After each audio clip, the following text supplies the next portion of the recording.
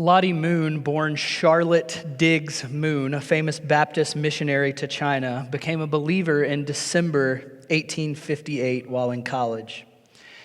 In 1861, she was one of the first women in the South to earn her master's degree. Before her life as a missionary, she taught school in Kentucky, Georgia, and Virginia. Lottie arrived in China in October of 1873 to be a missionary to the people of China. Lottie would spend the next 40 years bringing social reform, educating girls, and first and foremost, displaying devotion to Christ. Lottie died still serving in China in 1912. One facet of Lottie's life that is most astounding to me is her singleness. She did not set out to be single, and she even said she had been in love before. But the potential conflicts of marriage and serving on the mission field in China were just too much. She believed that her call to serve took precedence over any romantic interest. Although singleness had not been her plan, Lottie began to see such advantages to her single life. At that time, China was a very rural area with many small villages. Lottie, unlike the married female missionaries, could leave for days at a time to travel from village to village, heralding the gospel without worrying about caring for a family. Lottie even wrote that single women were more fit for evangelism because women with families have needs within their home that are their first priority. One secretary for the mission board even wrote later in regards to Lottie, "I estimate a single woman in China is worth 2 married men."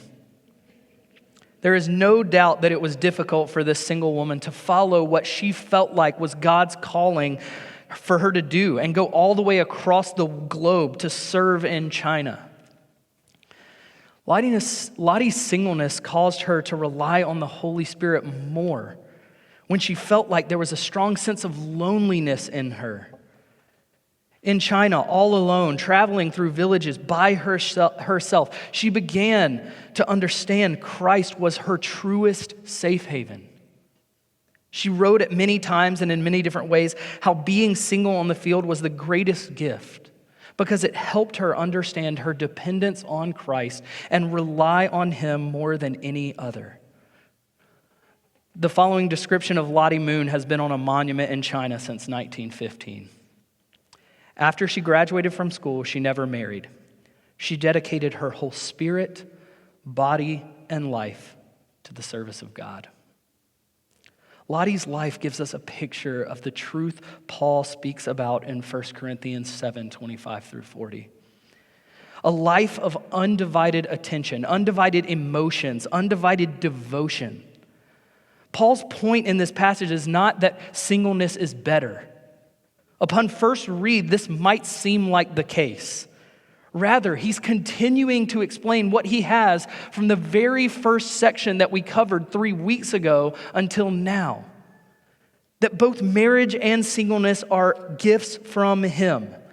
Some are given a life of marriage and others are given a life of singleness. One is not superior over the other. As we explore this passage this morning, we will see the benefits.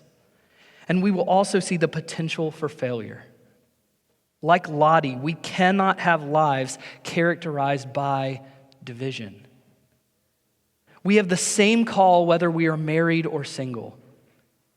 I want to look at this call. I want to look at it by giving 3 commands for remaining undivided. 3 commands for remaining undivided. The first command comes in verses 25 through 31. Remember, in chapter 7, Paul is responding to questions that the Corinthians have written him about. There are misunderstandings, and he wants to make sure that all of these believers are thinking correctly about these topics. So Paul's now concerning at the beginning of verse 25 to start out this section displays that he's responding to a question about singleness from this church. Verse 25 says, "Now concerning the betrothed, I have no command from the Lord, but I give my judgment as one who by the Lord's mercy is trustworthy." Paul says, now concerning the betrothed, or the single person, or the engaged person, the virgin, Then Paul says, he has no command from the Lord, but he offers this judgment. This does not take away in any way from what Paul is about to teach. This does not mean less inspiration is in the following words. All scripture is God-breathed. It is his grace and his mercy to us.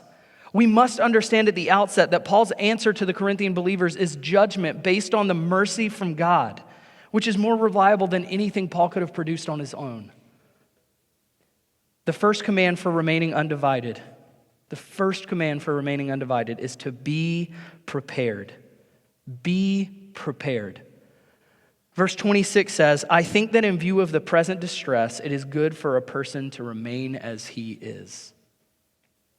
What present distress is Paul referring to? Is it the lawsuits within the church? Is it general persecution that Paul experienced many times throughout his ministry? Is it the evil of the day? While I think all of these are applicable, I think Paul tells us later in verse 29 when he says, the appointed time has grown very short. This whole section must have this as the heading. Verses 25 through 40 must have this when going to it to understand what Paul is saying. Paul is saying the coming of Christ is quickly approaching. It will not be long. The time is short. He sees trials and hardship, and he wants the Corinthians to understand, in light of eternity, that one's attention should not be divided. Be prepared for the second coming of Christ. Be prepared for eternity. Do not be distracted. Verses 27 and 28, are you bound to a wife? Do not seek to be free. Are you free from a wife? Do not seek a wife. But if you do marry, you have not sinned. And if a betrothed woman marries, she has not sinned. Yet those who marry will have worldly troubles, and I would spare you that. When you read these verses in the context of what Paul is teaching, he is clear to believers to live in light of eternity. Married, single, live in light of eternity. Why is it good for a person to remain as he is? This question that Paul asked. Are you bound to a wife? Do not seek to be free. Are you free from a wife? Do not seek a wife. Why is it good for a person to remain as he is? Well, in light of the days being short, in light of the trials of the day, and Christ coming back soon, don't get caught up in the here and now. Do not store up for yourselves treasures, loves, even marriages that are for the wrong purpose. Do not store up for yourselves these things that will mean very little in light of eternity. Because our primary concern now, right now as you sit in the pew, right now and throughout eternity, should be proclaiming the infinite worth of our God. In order to be prepared, it's best for you not to add distraction or unfamiliarity to your life, Paul says. If you are being faithful, if you are satisfied, why add something? That's his question. Remain faithful, remain true, remain consistent. If you have a wife, be prepared by committing to her, loving her, unifying with her. If you have a husband, love him, care for him, be bound together with him, love Christ together. There's no freedom from this. You've been unified together, so be prepared by worshiping together. In your marriage, there is freedom to love and to devote together. Do not seek anything outside or away from your marriage. No, represent the gospel in your marriage. Are you single? Don't make it your first priority to find a wife or a husband. You may say, easy for me to say standing up here, but I'm not saying it. I'm looking at what is written in verse 27. Don't be consumed with this pursuit in light of eternity. Be consumed with pursuing Christ. Be consumed with living the gospel. Focus on Christ. Set your eyes on Christ, and your pursuits will fall into place. Use your singleness or your marriage to worship. Why? Because the time is short. Be prepared. Paul says this is and it never was a sin issue. Paul's proclamation, all of his proclamations are all about worship and being undivided. Do not divide your time between this life and eternity because they are drastically different from one another. Yes, marriage is such a gift from God and such a picture of the gospel, but use it and model it as just that, the gospel. Marriage should always be viewed as a gift from God, but use it and model it correctly.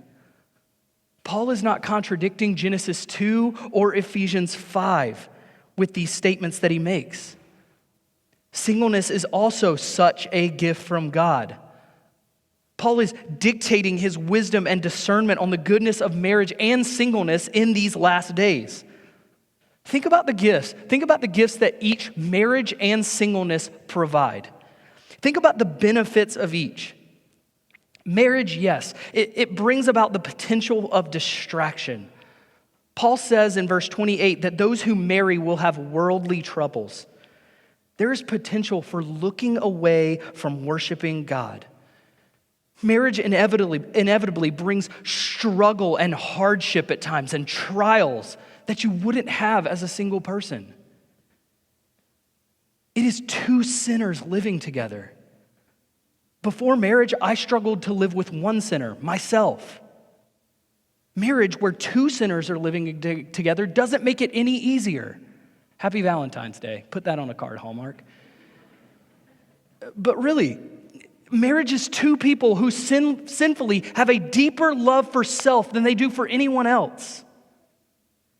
It is two people who want their own little universe with them at the center.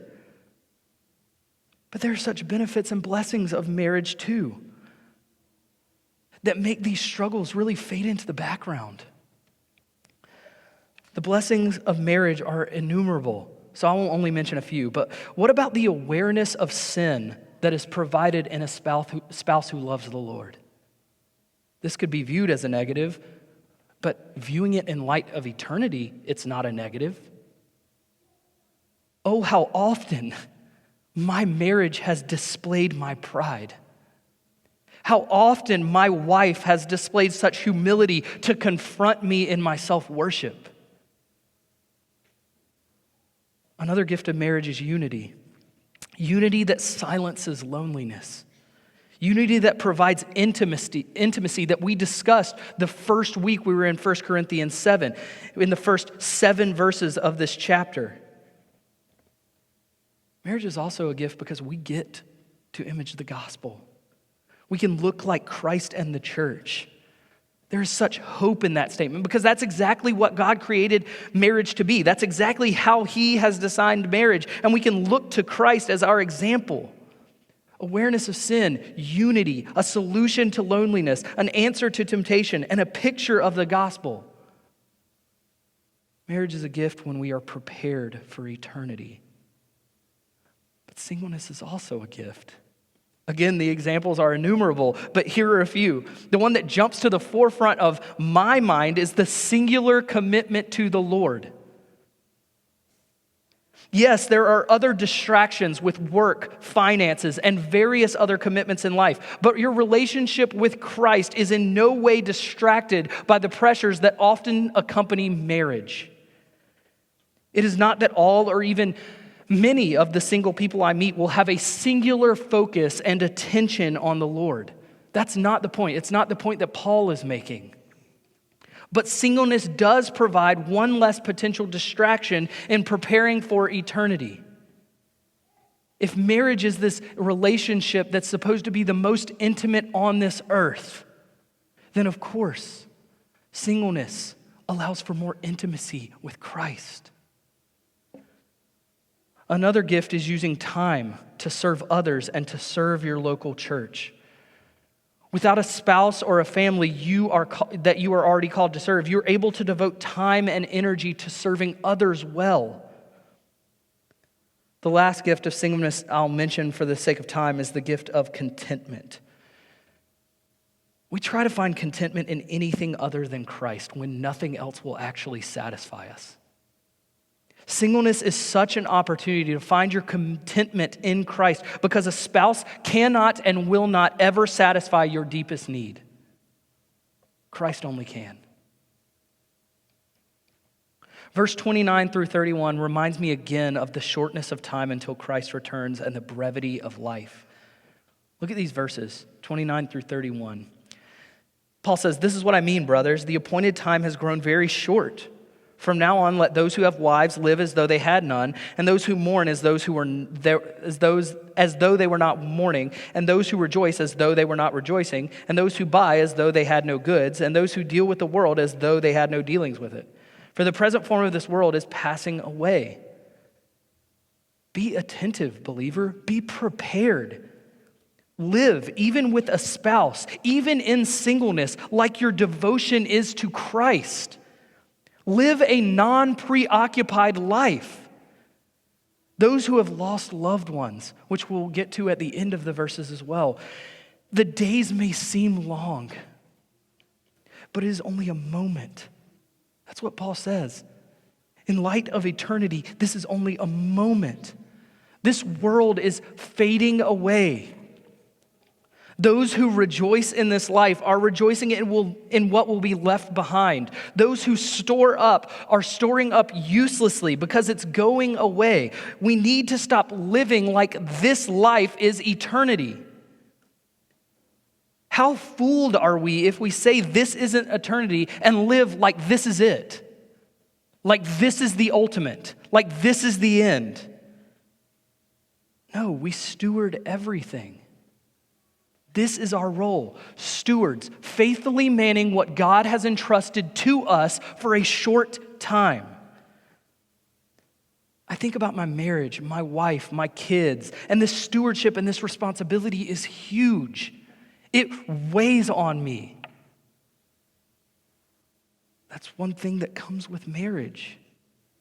So believer, single, married, be prepared. This sin-filled, sin-saturated, sin-stained world that we so often cling to will be gone. It will no longer be in that sin-stained form. It will be made new. So be prepared.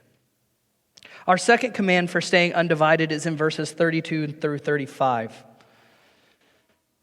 And it's be devoted. Be devoted. Verse 32, I want you to be free from anxieties. The unmarried man is anxious about the things of the Lord, how to please the Lord, but the married man is anxious about worldly things, how to please his wife, and his interests are divided. And the unmarried man or the unmarried or betrothed woman is anxious about the things of the Lord, how to be holy in body and spirit. But the married woman is anxious about worldly things, how to please her husband. Verse 35, I say this for your own benefit, not to lay any restraint upon you, but to promote good order and to secure your undivided devotion to the Lord. Worry oftentimes distracts us, doesn't it? We are not in control. Are our concerns resting in the sovereignty of God? What does Paul say? Paul says, put away the distractions of worry and anxiety. When our focus is this world, this life, our anxieties are just going to pile up. When our focus is eternity, our anxieties take on a new perspective. Be devoted to eternal things like godliness, the bride of Christ, displaying the gospel in your marriage and in your singleness. Paul describes what utmost devotion can look like in the life of the single person. He can focus on worship solely. Again, there are still obstacles and distractions. There are still hindrances. But as a husband, I should be concerned with loving my bride as an act of worship. But it is also one less concern for the single person that they can devote to their own walk and their own worship. Yes, it is good. It is good for the married man to be concerned about his wife, but it would be foolish for us to say that there is no temptation to let that love overshadow our love for God. Is that not a temptation in marriage? I mean, my spouse is physically here beside me to love, to care for.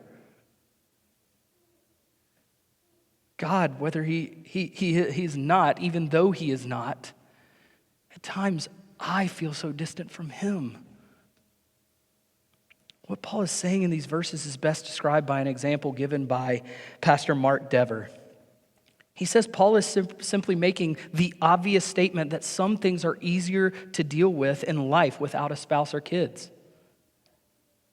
He says if someone were to shout fire in this sanctuary right now, it is easier for you to just rush yourself out than it is for you to have to be concerned about a wife and definitely kids. It's like herding cats.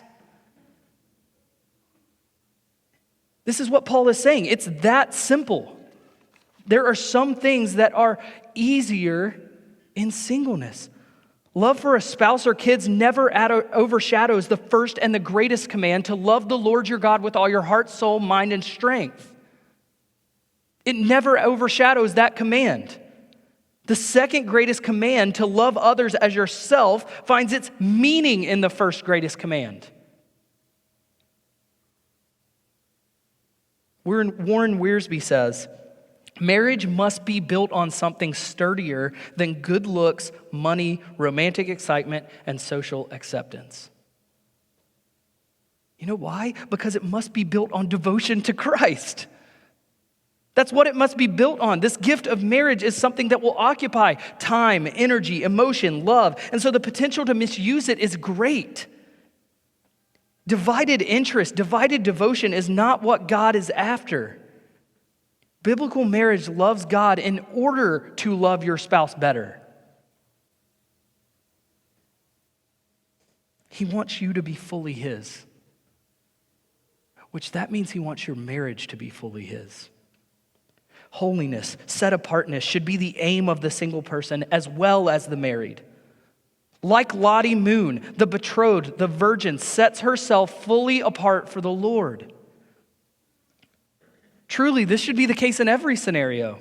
Setting apart body and spirit for the Lord. This is not promoting what we talked about way 4 weeks ago, asceticism or celibacy. It's not talking about that. Paul is not saying that. Yes, husband and wife give them themselves, their bodies, their spirits to one another in marriage, as Paul proclaimed in the first 6 verses of this chapter. But even in this representation, this is a representation of Christ and the church. It is all setting apart in how we use our bodies and our spirits for Him. How easily it can become that we use our marriages and forget this aim and become distracted with lesser devotion. We are so prone to forgetting the heart of marriage. And guess what? We're so prone to forget the heart of singleness. We're so prone to not see what Lottie Moon saw as a singular devotion to Christ. In verse 35, we read, this is for our benefit, our growth.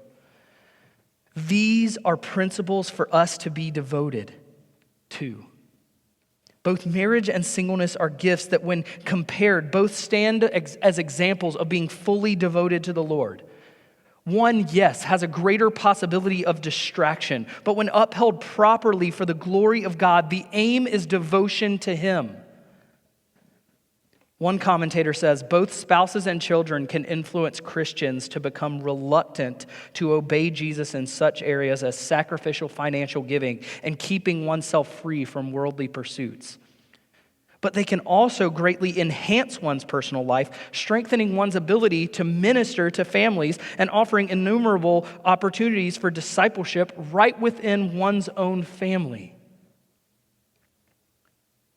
So the message is, first, be prepared. Second, be devoted. Whether married or single, be prepared, be devoted. Lastly, be pure. Be pure. We see this command in verses 36 through 40. Let me read those again. Verse 36, if anyone thinks that he is not behaving properly toward his betrothed, if his passions are strong, and it has to be, let him do as he wishes.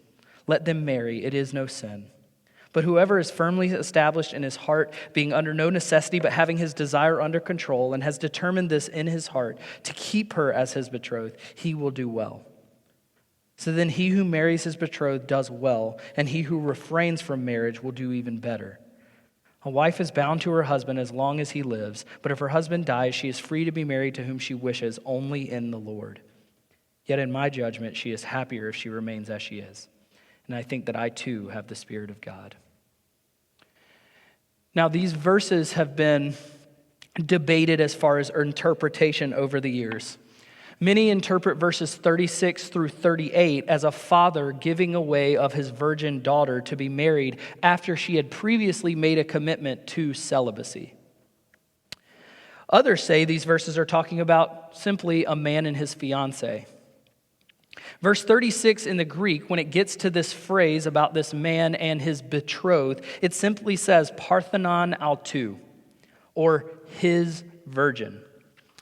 Regardless of the meaning, it does not change the thrust of the text to us.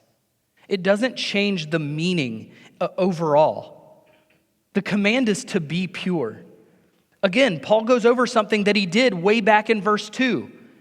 Look back at 1 Corinthians 7:2, where he talks about if your longing is strong, if the temptation is there, if your passion for one another is too great, God has provided a real God-honoring outlet in marriage. Be pure, do not sin. You can still serve the Lord and be devoted to Him through marriage. Temptation will come. Temptation in itself is not sinful. Giving into it is sinful. Make your passion for your betrothed and your passion for God known in marriage. But if you do not have this temptation, if you have your temptation under control, if you know your desire is to remain single, you are better in that state. That's what Paul says. It is better for you to remain single. It would be better without temptation, maintaining all purity, to fully devote yourself in singleness to the Lord. Hasn't that been what he's built up since verse 25? Purity to the Lord is what matters, whether tempted or not. When temptation does come, because it will, remain pure. So marriage helps with temptation, but also oftentimes comes with baggage, because as I'm going to say again, two sinners are unifying together to become one. And sometimes that coming together feels less like sugar in your sweet tea that comes together and makes this wonderful thing to enjoy. And sometimes it feels more like oil and water. Marriage is amongst God's greatest gifts to me, but being a creature prone to distraction, prone to impurity, I am so prone to misuse the gift of marriage. We all are. But the message from Paul is remain pure in our commitment to the Lord in order to remain pure in our marriages and our singleness. The single one doesn't have the same struggles as the married person, but being pure is the command in both places. And Paul ends by displaying another struggle of marriage, losing a loved one. And he ends by displaying the purity and the unity of marriage. In verse 39, it is till death do us part. Marriage is lifelong. It is not eternal. Death continues to make us uncomfortable, doesn't it? Death wouldn't be so hard if loved ones were not left behind, missing so badly the unity we once had. But believe it or not, the Spirit through Paul has already told us how to handle this, how to handle death in the preceding verses. He's already told us. We are devoted to Christ. Our response must be purity of worship. Our response, even in the darkest of scenarios, losing a spouse, should be, oh God, you are God. In the Lord, in worship, that should be our response. And he also says one other response should be in the Lord. He says if you remarry, you can be remarried, but it's in the Lord. You can serve Him. You can be devoted to Him through marrying another believer. if this is your call. There's the stipulation, if this is your call. But if there is no temptation, as Paul has already said in preceding verses, if there is no temptation, you will be better. You will be happier to display your devotion solely to the Lord because the days are short. You see how that argument builds throughout the entire course of the passage? Be prepared. Be devoted. Be pure. He says through your calling to singleness, display your purity of worship.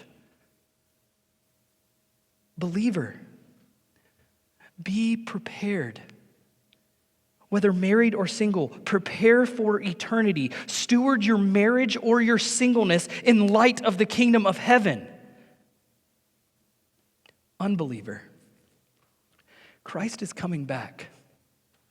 This life is but a moment. Where will you spend eternity? Believer, be devoted. Love God in order to love those made in his image. Devote to him in order to devote to your spouse and single person to others. Unbeliever, devoting yourself to the fading pleasures of this world leads nowhere. In the end, you will have devoted yourself to so many things and will end up with nothing. Believer, be pure. Display your purity in whatever gift God has given you. Whether singleness or marriage, display purity of worship. Unbeliever, God demands perfect purity. And I have failed. Everyone in this room, everyone in this world has failed. But Jesus bore my impurity on the cross. The spotless Lamb Jesus became my stain so that I can be seen as pure before holy God. May we never forget our future, our hope, our purity is found nowhere else. Let me pray.